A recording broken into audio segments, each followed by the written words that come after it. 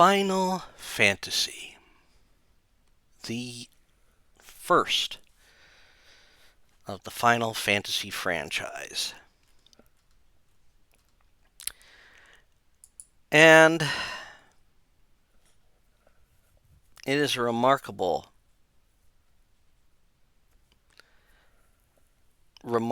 game.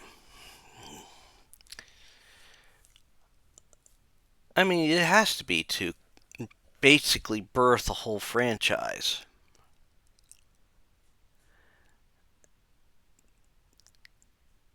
And there was a story that game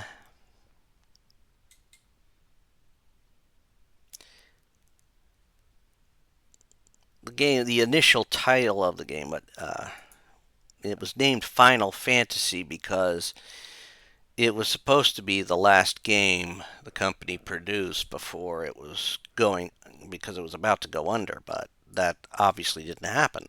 The game sort of revitalized this company.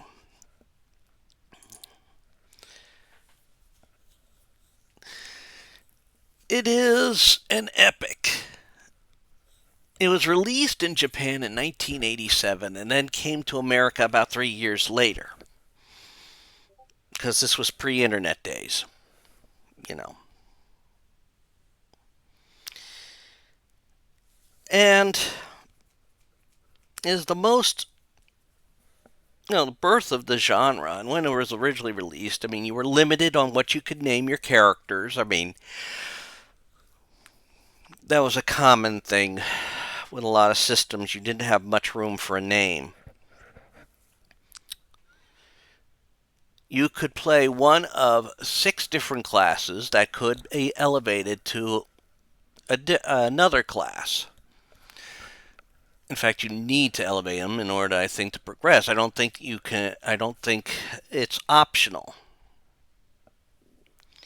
especially since some of the more powerful spells are only allowed for the more advanced classes.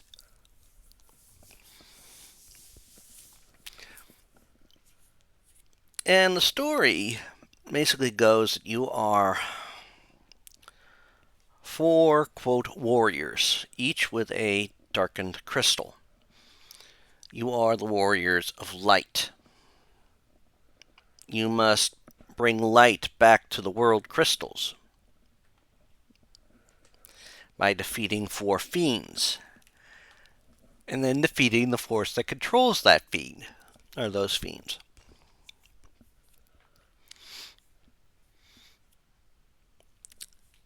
And when you look at things,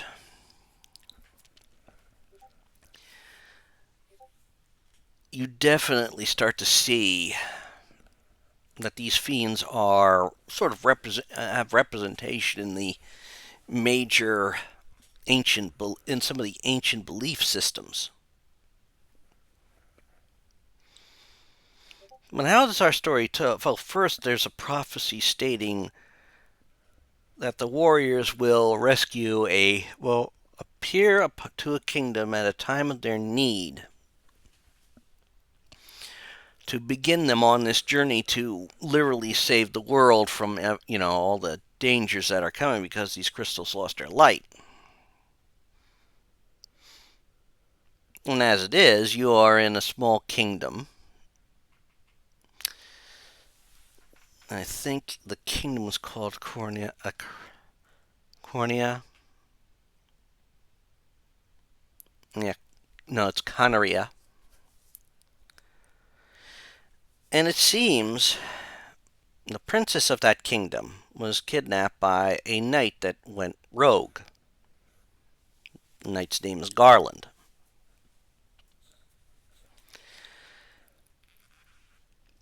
And of course, they go and defeat him, rescuing the princess because he's taken her to the ruined Temple of Chaos, or Chaos Temple.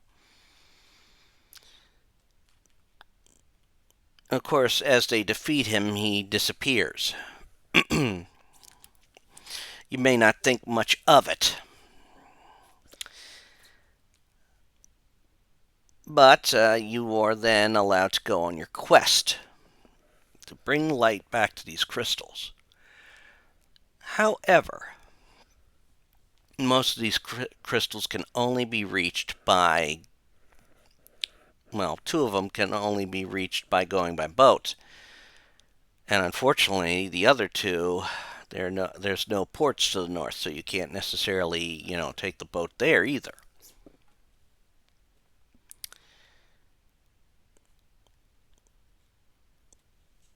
Well, you go on to a town that is, well, it's where there was ships, but uh, there's pirates have taken over the town of Provoca. And of course, the warriors of light must make their way to a town. Of course, along the way, to that town, you will find a cave where a witch is, but she has a problem. She can't see a damn thing, not without her crystal eye. Slight nod to the Grey sisters in Greek mythology there. Except she don't want to eat people. She's just one of the best witches in the land, and somebody hindered her. I can tell you who hindered her. It was an evil elf, dark elf, named Astos. Well, after running across her and getting to Provoca, you have to defeat Beak and his band of pirates. This gets you a ship. But now we have another problem. See, the sea that they're on doesn't have access to the greater sea of the world. So we have to somehow get out of there. Well, if we take our ship to another port in the area, that is to Elfland, where they too have a problem. Well, there were items in the castle in Canaria that you couldn't access because the key was given to the Elf King, or the Elf Prince. But the Elf Prince is under a deep sleep. He's been under this sleep for years. This was imposed by the Dark Elf Astos. As you travel along and find another castle, a western keep, there's somebody pretending to be a king there. You don't know it's not the king unless you played it before. This is actually Astos, but somebody stole his crown and took it to a marsh cave. Well, when you go into the marsh cave and scour it and everything, you find the crown. You have to defeat some. They're called psycho demons, but they're actually mind flayers, or ithlids if you want to use the terms. But you can't call them that because it's copyrighted. Well, once you get the crown and take it to this king, you find out it's Astos, you kick his ass, get the crystal, take it to the witch, and she gives you the potion that will wake up the prince, and he'll give you the key. You're able to get all the stuff that you need, which also includes, from both castles, and it also allows you to find TNT, which one of the dwarfs needs in the Cave of the Dwarfs. This destroys the landmass that connects the two sides and allows you to move out into the open ocean, the outside world, so to speak. This takes you to your first area, which is Melmond, where your first threat is, first fiend. But you can't go after him right away because there's something in the way, and you're going to need something to get it. But in order to get that something, you have to give a Titan a ruby. He loves rubies. They're a great snack for him. Of course, to get the ruby, you must first defeat a vampire, which is in the Earth Cave and guarding the way deeper down. And once you are successful with that, I mean, let's face it, fire and certain holy magic works on vampires. Get the ruby, you'll get the item that you need to open up the lower levels from another sage. And you will get down to the bottom of that cave and find the Fiend of the Earth, a lich.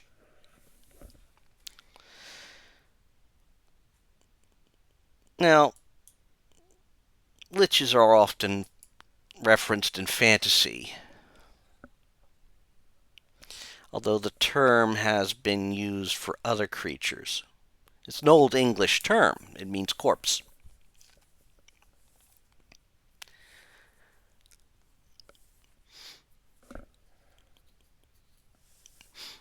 So think of it as a magic-powered zombie if you want. Well, once you defeat the lich, you move on to the other side. After restoring light to that crystal, you make your way over to the other part of the world, find a little Crescent Lake City, where the mages have gathered. From there you can find out more about your destiny. And eventually you're going to have to go to Mount Gurgu or Gulgu or whatever, Gurlug, however they want to call it, a volcano. And you have to go into it and find the next fiend, which has been called Carrie. I think it's now called Marilith. Although the Carrie could be possibly a mistranslation of Kali. She is a bit of a Naga and a bit of like the forearm Shiva, Kali, which is one of the aspects of I think Shiva, a destructive one. And of course, they have to fight her, and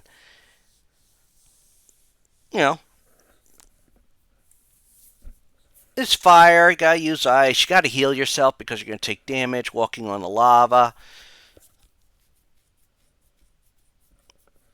Because they could do that in fantasy games. And of course, once you are successful with that, you light that crystal up. Of course, then you're going to need to get something so you can travel to the areas north. Well, luckily, there along the river system that can lead to the volcano, there is also an ice cavern, which has a levistone in it. So, of course, you got to get through that. You'll probably have to fight some critters too, like an evil eye, to get what you need, possibly. Of course, then you take that to the desert where you've heard there is something under the seas or under the sand. Yes, there is. It's called an airship. And this allows you to go to the areas to the north. And one of the things you first should do is visit the land of the dragons, prove your courage to their leader, Bahamut, by retrieving the token of courage in the Castle of Ordeals. And yes, the token of courage is a rat tail. I never understood why it's a rat's tail, unless it's some other story. To which, once showing that, this is where you get your upgrade. Become a more powerful class, and each item you can find in this game can only be used by certain classes. In fact, the game came with a listing of all those, and strategy guides even tend to show all listings of who can use them. Of course, beforehand, you didn't necessarily have a system that allowed you to see who can use it. I mean, if you highlight something, you can see depending on the version, you can actually see your character raise their hand like, I can use it, I can use it, give it to me, give it to me, give it to me. That kind of thing.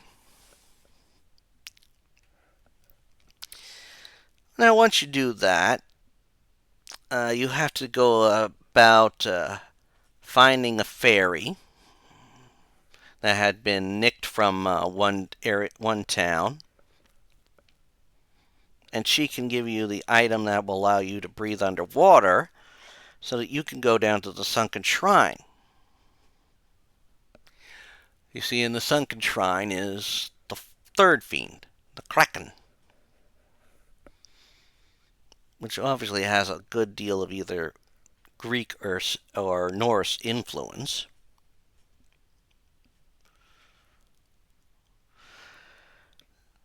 Also, help the mermaids that live there. Some come to land and lose they grow legs, but they can never go back into the sea, which is a shame for them.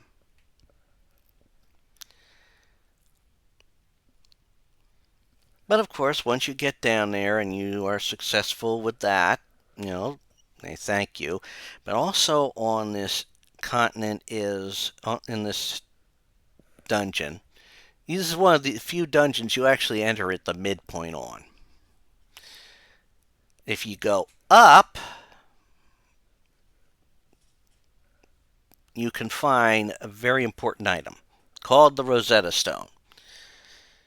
Why? Well, it's the key to learning a language spoken in one town, which was formed by an ancient race in the area, or in this world.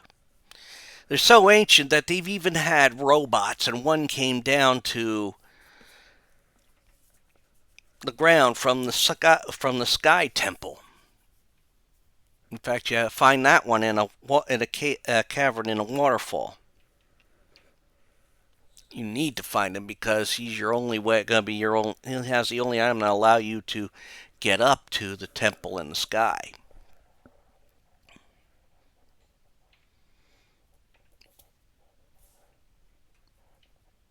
Will allow you access to the temple in the sky. But we move on. We move on. So with the defeat of the Kraken and having gotten this stone, you visit the only scholar, who was in Melbourne, and then travel to the town, and you learn that the only way to that temple in the sky is through the Mirage Tower. A tower you can only enter without a certain item, or can only enter with a certain item.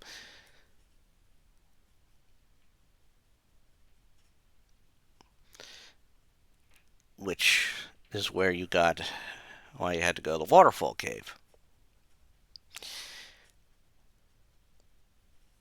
And then you work your way up the Mirage Tower, and then get transported up to the temple in the sky, the Sky Temple, which has become the home of Tiamat. Now, of course, as you go looking through things, it's recommended you search everywhere because you can find metal to make one of the most powerful weapons in the game, Excalibur. which only the dwarves can make. You also can find a point that shows you that the fiends are redirecting energy to a certain point. In fact, it's a place we've been before. The Shrine of Chaos. Of course, before that, you must defeat Tiamat,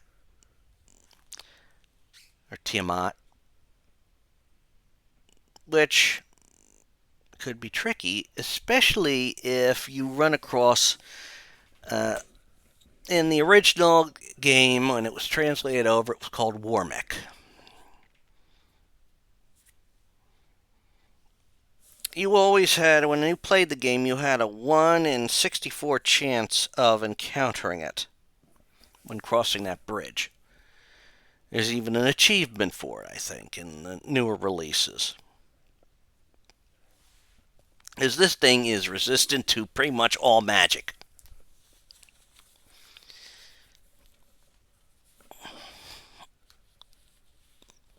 So if you're unlucky enough to fight that, then you have to fight Tiamat, which was not necessarily an easy battle either, unless you've been doing some grinding.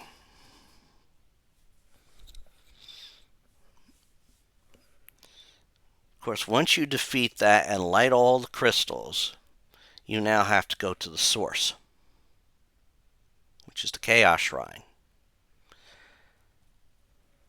And by using a lute that was given to you by, I believe, Princess Sarah in the shrine, you actually get transported back in time. 2,000 years, to be exact, I believe. And you can't leave the shrine once you get in there. And you have to work your way through it, fighting the 4 fiends yet again. Before you work your way down to the real threat, Chaos. Who is in actuality the Garland you defeated in the future and sent back and got sent back. They got sent back to the past by the temple and become embodied as Chaos, to which you must now have your final battle with this epic boss. Of course, you'll be successful ceasing the time loop that started in the first place, saving the world. Kind of odd that you've done it that way. But it is a story that kept fans interested and revitalized the company and turned it into a full franchise, where every story sort of follows similar lines. There's always a grand fiend at the end. There's always a plucky bunch of warriors to stop that fiend, that evil foe. Of course, the game had its flaws in the beginning that re-releases have taken care of. I mean, you can choose longer names. I mean, in the beginning, you only had 4 characters you could use.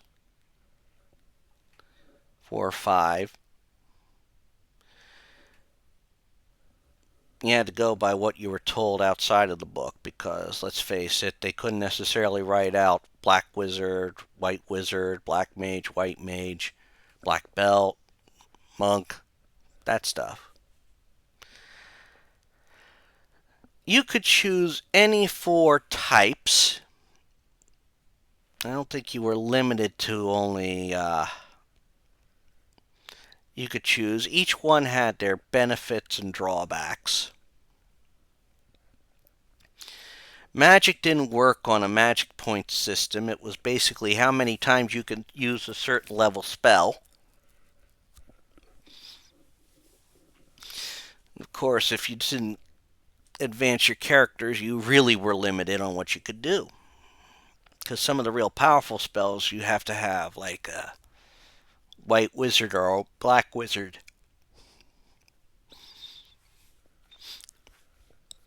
You could have a red wizard too, but and they didn't have the high levels of magic.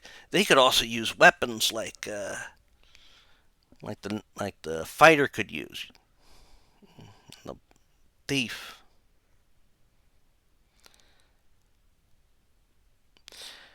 Of course, one drawback that was in the original was the fact that once you chose your moves and did what you did, if your enemy got beaten beforehand or a foe in the set, you just missed your turn instead of it going to someone else. This is something they changed in later releases.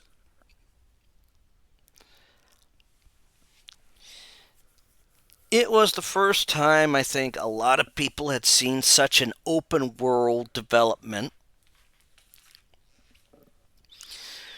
I mean, back when the first Zelda game came out, that was an open world, but it still had movement. It was your character wasn't necessarily always in the center of the screen with that one.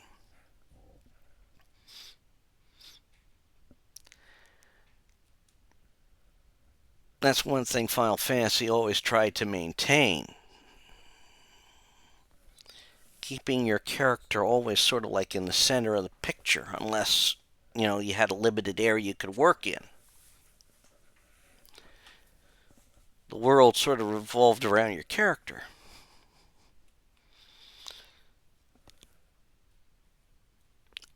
It is a very good game. The story is on the basic side, but for a first outing in this type of genre, it's pretty good. It's beyond pretty good. It's phenomenal. I mean, let's face it. It caused more and more games to be made. People looking for an epic adventure, they got it with Final Fantasy. I have owned this one. Well, I did not have the original Nintendo Entertainment System. I got it on the Game Boy Advance when it was released with Final Fantasy II. Also, it had extra dungeons in it, which I dallied with. It got re released many times, usually accompanied with Final Fantasy II. It is a classic beyond classics. It's one of those games that you have to at least play once in your life, I would suggest. Now, if you do it using an emulator for an NES and that, you'll have a harder time with it because you will have to fight your way out of dungeons. Something they didn't necessarily have. They Something they got away from. Because who wants to really, fight your way back out of a dungeon? And the original also had some beautiful flaws that were great for leveling up. Something I was sad to not see in Final Fantasy repixelated. I talk of the Hall of Titans in the Earth Cave, as well as something else, and that was just due to mistakes made when they were mapping things out. I mean, the Hall of Titans, you basically, one step, you're getting attacked constantly. Good for leveling up. Very good for leveling up and grinding some gold and all that. But bad if you don't really know about it. Some re releases kept the Hall of Titans. But Final Fantasy is a great game. It birthed a franchise. It's held as a high example of the JRPG type of game.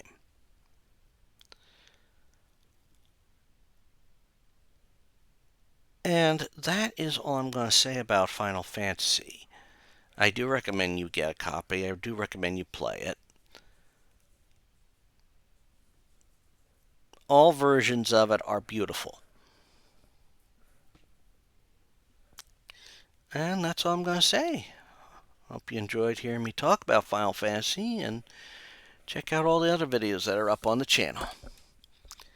Bye all!